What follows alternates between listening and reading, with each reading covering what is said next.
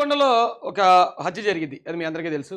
ఎవరో ఇద్దరు యువకులు, ఇద్దరు ముస్లిం యువకులు ఒకరిపై ఒకరు దాడి చేసుకున్నారు. దాడి చేసుకుని అందులో ఒకరు మృతి చెందడం జరిగింది. అయితే ఇది జనరల్గా ఈ వార్త ఆ జిల్లా పేపర్లో క్రైమ్ న్యూస్లో వచ్చే వార్త ఇది. ఎందుకంటే హత్యలు, మానభంగాలు, మరోటి ఇది మన రాష్ట్రంలోనే కాదు, అన్ని రాష్ట్రాల్లో జరుగుతాయి, దేశం అంతా జరుగుతాయి, ప్రపంచం అంతా జరుగుతాయి. కానీ ఈ వినుకొండలో జరిగిన వార్త ఇంత సంచలనం అవడానికి కారణం ఏంటంటే, పాపం వైసీపీ వాళ్ళకి శవాల మీద రాజకీయం చేయడం బాగా అలవాటు. ఫస్ట్ హెలికాప్టర్లో రాజశేఖర రెడ్డి గారు చనిపోయినప్పుడు చాలా బాగా వాడుకున్నారు ఆ శవాన్ని.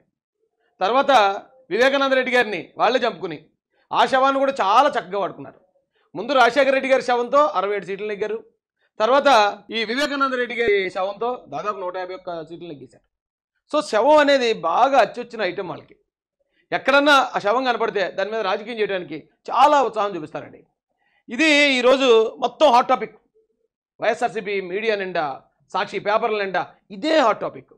ఇంతకీ ఎవరు ఆ ఇద్దరు? మృతుడెవరు, హంతకుడెవరు? దీనికి అసలు తెలుగుదేశం పార్టీకి ఏంటి సంబంధం? ఒకసారి దాని గురించి మాట్లాడదారండి. ఇది రోజు సాక్షి పేపరు మెయిన్ పేజ్లో గోండారాజ్ అనే టైటిల్ తోటి ఈ వార్తని ప్రచురించారండి. ఇక్కడైతే ఆయన డెడ్ బాడీని కూడా వేస్తారు. ఇప్పుడు ఒక వ్యక్తి ఇంకో వ్యక్తిని కత్తితో దాడి చేసినప్పుడు, ఆ వ్యక్తి చనిపోయినప్పుడు ఆ డెడ్ బాడీ చాలా బేతావహంగా ఉంటుంది, దాన్ని కాదని అనలేము. కానీ యాజ్ ఇట్ ఈజ్ ఎలా ఉన్నది అలాగే హెడ్లైన్ వేశారు. ఎందుకంటే సాక్షి పేపర్ చదివే కొంతమంది బకరాలు ఉన్నారు కదా, ఆ బకరాలు చూసి బాబోయ్ అని చెప్పి ఇక చాలామంది ఆ ఫోటో చూసి కళ్ళు తిరిగి పడిపోయే వాళ్ళు కూడా ఉంటారు. అయితే నేను ఈ విషయం లోపలికి వెళ్ళక ముందు, ఇలా ఒక వ్యక్తిని ప్రాణాలు తీయటం అది ఏ కారణం అయి ఉండొచ్చండి. ఆయన అంతకుముందు వేధించి ఉండొచ్చు, ఆ వైసీపీ ప్రభుత్వం వల్ల లేదా అధికారంతో ఈయనకి ఏదైనా నష్టం కలిగించి ఉండొచ్చు, ఈయన ఇంట్లో మహిళలు ఏమైనా, ఏ కారణం అయి ఉండొచ్చు. ఏ కారణం చేత అయినా సరే ఒక మనిషిని అలా చంపడం ఖచ్చితంగా ఖండించాలి. ఎందుకంటే చావడమో చంపడమో సమస్యలకు పరిష్కారం కాదు. ఎవరైతే ఈ విషయంలో బాధ్యుడు ఉన్నాడో, హంతకుడు ఉన్నాడో, అతను ఇమీడియట్గా చట్టపరంగా శిక్షించాలి. ఆల్రెడీ వాడికి అరెస్ట్ చేస్తుంటారు. ఎందుకంటే తెలుగుదేశం కూటమి ప్రభుత్వం ఆ విషయంలో చాలా కట్టుదిట్టంగా ఉంది. పోలీసు అది చాలా పర్ఫెక్ట్ వర్క్ చేస్తున్నారు. అయితే వివరాలకు వెళ్దాం. రాజకీయ కక్షతో పల్నాడులో వైఎస్ఆర్సీపీ కార్యకర్త దారుణ హత్య. వినుకొండలో కొబ్బరి బొండాల కత్తితో మాటు వేసి నడి రోడ్డుపై విచక్షణారహితంగా దాడి. నిందితుడు పట్టణ తెలుగు యువత నేత తమ్ముడు. ఏంటండి ఇది? ఎవరంట నిందితుడు? ఎవరంటండి? పట్టణ తెలుగు యువత నేత తమ్ముడు. ఆయన కనీసం ఆ తెలుగు యువతకి అధ్యక్షుడు కూడా అయ్యి ఉండడు, తెలుగు యువతలో సభ్యుడు అయి ఉంటాడు. వాళ్ళ అన్నయ్య, వాళ్ళ తమ్ముడు అటు ఇతను. ఏమండి, ఇప్పుడు ఎక్కడెక్కడన్నా మర్డర్ జరిగినప్పుడు ఆ మర్డర్ చేసినోడు ఖచ్చితంగా ఏదో పార్టీకి సంబంధించిన కార్యకర్తకు బంధువు అయి ఉంటాడు. బంధువు అయి ఉన్నంత మాత్రాన అది ఆ పార్టీ కార్యకర్తకి, ఆ పార్టీ కార్యకర్త ద్వారా ఆ పార్టీకి, ఆ పార్టీ ద్వారా ఆ పార్టీ అధినేత. ఏంటండి లింకులు ఏంటి? ఇప్పుడు ఆ రోజు కూడా కోడికత్తితో వాళ్ళనే పడిపించుకుని అది ఒక కోడికత్తి సీన్ పొడిచాడు. ఈ కోడికత్తి సీన్ ఎక్కడ పనిచేస్తున్నాడు? పలానా రెస్టారెంట్లో కుక్గా పనిచేస్తున్నాడు. ఆ రెస్టారెంట్ ఎవరిది? హర్షవర్ధన్ చౌదరి అనే వ్యక్తిది. సో చౌదరి అని ఉంది కాబట్టి ఇది తెలుగుదేశం పార్టీకి అంటగట్టేసి తెలుగుదేశం పార్టీ నుంచి చంద్రబాబు నాయుడే జగన్మోహన్ రెడ్డి గారిని చంపించేవాడు అన్నారు. అంటే ఎన్ఐఏ మొత్తం 3 సంవత్సరాలు ఎంక్వైరీ చేసి చిచ్చి ఎందుకు వచ్చిన దుష్ప్రచారం ఇది, ఎందుకు వచ్చిన తప్పుడు ప్రచారం ఇది, ఇందులో ఏ కుట్ర లేదని తెలిసేసింది నేషనల్ ఇన్వెస్టిగేషన్ ఏజెన్సీ. అంటే సేమ్ అలాగే వివేకానంద రెడ్డి గారిని చంపింది ఎవరో తెలుసు, వీళ్ళకి ఏ ఆయుధంతో చంపారు తెలుసు, ఏ సమయాన్ని చంపారు తెలుసు. అయినా కానీ ఈ వివేకానంద రెడ్డి గారిని తెలుగుదేశం పార్టీకి అడ్డొచ్చేస్తున్నాడు కాబట్టి తెలుగుదేశం పార్టీ నేతలే ఇతను చంపించేశారు అని ఒకళ్ళ ఏడుపులన్నీ ఏడ్చారండి. ఆ రోజున ఏడిస్తే నిజంగా మాలాంటి వాళ్ళు బకరాలు అందరం అయ్యో నిజంగానే చంపేసినట్టున్నారు. డైరెక్ట్గా చంద్రబాబు నాయుడు గారిని కత్తి చేసేటప్పుడు ఆ కత్తి పట్టుకుని వెళ్ళి చంద్రబాబు నాయుడు గారే కసకసమని నరికేసి ఉంటారు అనుకున్నాం. మేము అనుకుని ఓట్లేసి గుద్దేశాం, 151 వచ్చేసాయి.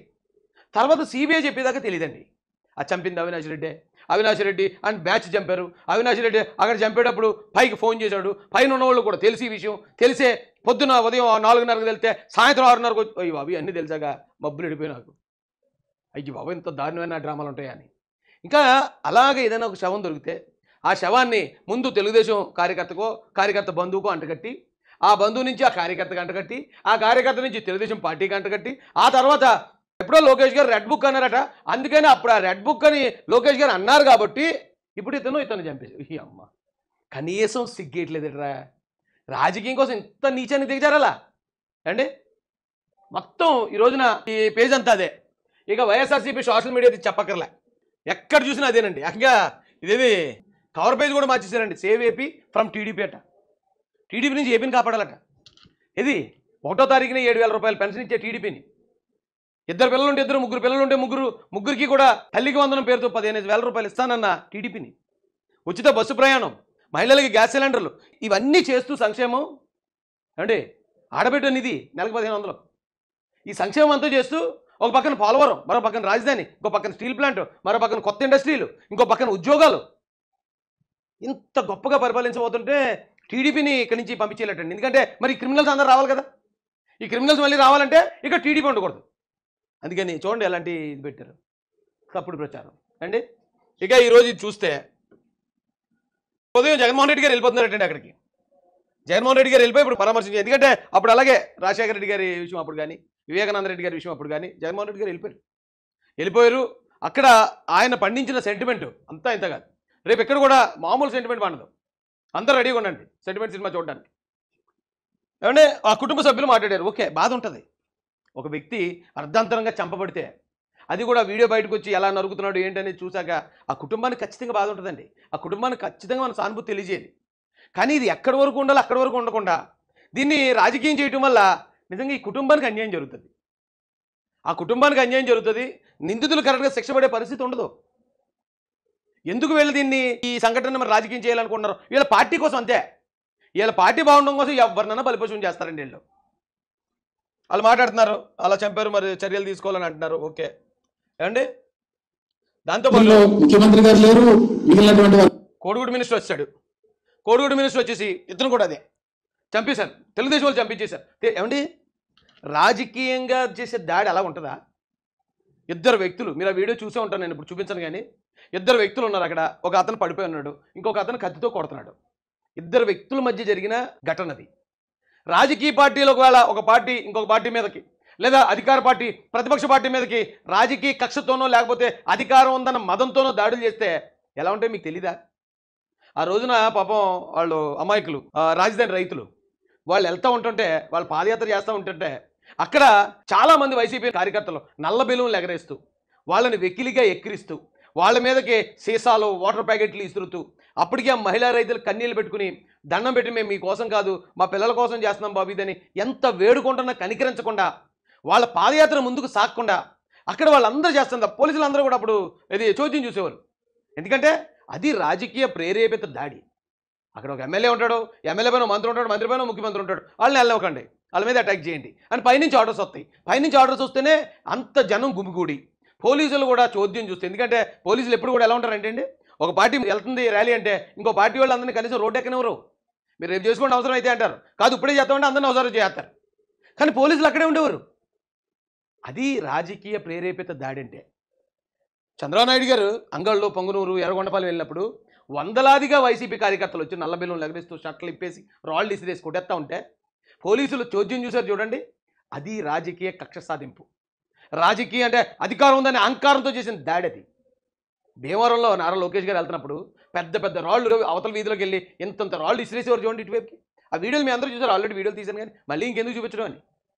అప్పుడు ఎంతోమంది యువగలం ఆ వాలంటీర్లు గాయపడ్డారు, తలలు బద్దలేసిపోయి ఎక్కడ పడితే అక్కడ రక్తసిక్తం అయిపోయారు. అది రాజకీయ దాడి.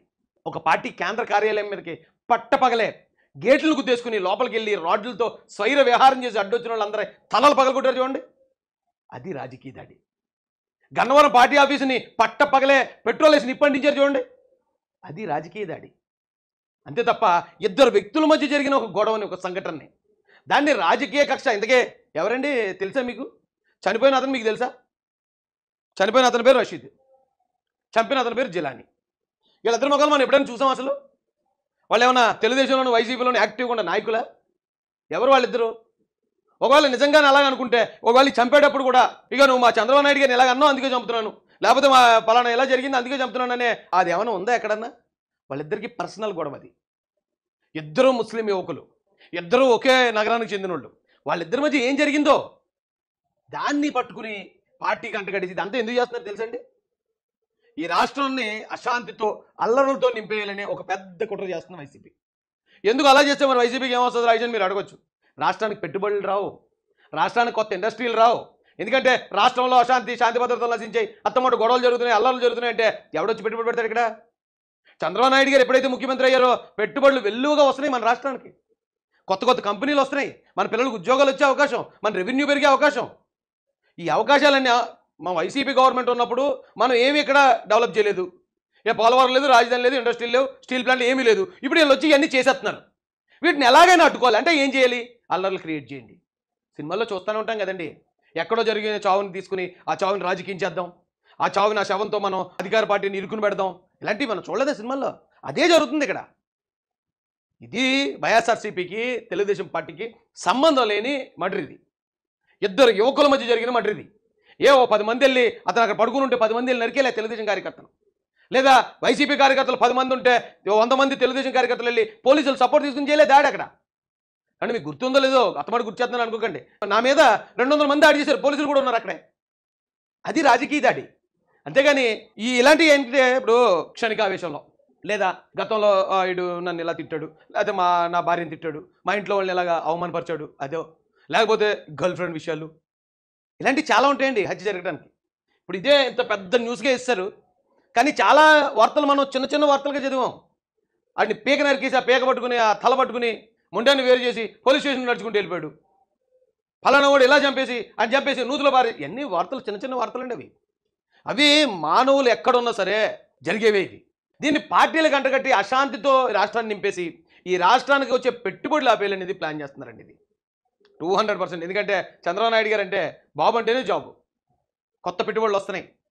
ఓ పక్కనేమో నారా లోకేష్ గారు ఆయన ప్రజా దర్బార్తో ప్రజలందరి సమస్యలు, అరే సామాన్యుడు కూడా వెళ్ళి ఆయన సమస్యని డైరెక్ట్గా మహారాజుకి చెప్పుకునే అవకాశం. అంటే మహారాజు అంటే నా రాజు అనుకోకండి, లోకేష్ గారు అంటే ఆల్మోస్ట్ గవర్నమెంట్ కదా. అలాంటి వ్యక్తి డైరెక్ట్ ఇంతకుముందు జగన్మోహన్ రెడ్డి గారు ఉన్నప్పుడు ఎమ్మెల్యేలు మినిస్టర్లు గేటు ముందు పడిగాపులు కాసేవారు, ఒక్క అపాయింట్మెంట్ ప్లీజ్, ఒక్క అపాయింట్మెంట్ అని. ఇక్కడ సామాన్యులు వెళ్ళిపోతున్నారు డైరెక్ట్గా. ఆయన కూడా ఏం చేస్తున్నాడు, ఏంటమ్మా ఇది చిన్న సమస్య నా దగ్గర తెచ్చావు అంటలే, ఎవరో కోవిడ్లో ఇరుక్కున్నాడు శివానేవాడు, ఒకటి కోసం నేనేం చేస్తాను, నేను పెద్ద విద్యాశాఖ మంత్రిని కదా, ఇలాంటి చిన్న ఇష్యూలు నా దగ్గర తీసుకొస్తాను అల్లే. ఆ ఒక్కడు కూడా నాకు ఇంపార్టెంటే, అక్కడ ఆంధ్రుడైతే ఇమీడియట్గా యాక్షన్ తీసుకోండి, ఆ కుటుంబానికి చేర్చండి. ఇక్కడ దివ్యాంగులు నాకు ఇంపార్టెంట్, విద్యార్థులు నాకు ఇంపార్టెంట్, అందరూ నాకు ఇంపార్టెంట్ అని ఒక పక్క నుంచి ఆయన చేసుకెళ్తున్నాడు. ఇంకో పక్క నారా చంద్రబాబు నాయుడు గారు చెప్పింది చేస్తున్నాడు, చెప్పంది కూడా చేసుకెళ్ళిపోతున్నాడు. ఆయన స్టీల్ ప్లాంట్ని ప్రైవేటీకరణ చేయకుండా ఆపుతానని ఎక్కడ చెప్పలేదు, కానీ ప్రైవేటీకరణ అవ్వకుండా ఆగింది. రాష్ట్రం డెవలప్ అవుతుంది, మన కళ్ళ ముందు ఇవన్నీ కనిపిస్తున్నాయి. దాన్ని ఎలాగైనా చెడగొట్టాలి. ఎందుకంటే వీళ్ళు సమాధి అయిపోయింది, సమాధిని తవ్వుతూ ఏమొస్తాయి, అవి ఎముకలు వస్తాయి. అలాగే ఇప్పుడు ఒకటి తవ్వుతుంటే మొన్న కోడుమూరు ఎమ్మెల్యే సుధాకర్ బాబుది రాసలీలలు బయటపడ్డాయి, ఆడు బొక్కలోకి వెళ్ళిపోయాడు. ఇంకోటి తవ్వుతే ఇక విజయసాయిరెడ్డి గర్భాధాన కార్యక్రమం అది బయటపడింది. పెంటని మొత్తం వైసీపీ నాయకులు అందరూ బతుకు బస్టాండ్, అందరూ ఆల్మోస్ట్ చాలామంది ఇలాగే పెంట బతుకులు బతుకుతున్నారు. అలాంటి వాళ్ళు ఈ రోజున వచ్చి అంటే సొంత బాబాయిని నరుక్కున్న వ్యక్తులు, ఎక్కడో ఒక రషీద్ అని ఒక అబ్బాయిని ఎక్కడో ఎవరో ఏదో జరిగి ఆ హత్య జరిగితే అతని మీద ప్రేమ వస్తుంది వీళ్ళకి, ఆ ప్రేమతో పరిగెట్టుకెళ్తారా? జరిగే పని అండి అది. కనీసం ప్రజలు ఆలోచించండి. నా రిక్వెస్ట్ ఏంటంటే ఈ సాక్షి ఒకటే, ఈ వైసీపీ పేజీలు ఏవైతే ఉన్నాయో ఇవి ప్రజల్లో వీటిని బాయ్కాట్ చేయాలండి. చేయకపోతే ఏమవుతుందంటే ఈ రాష్ట్రంలో మళ్ళీ అల్లర్లు అశాంతి రేగడానికి అవకాశం ఉంది.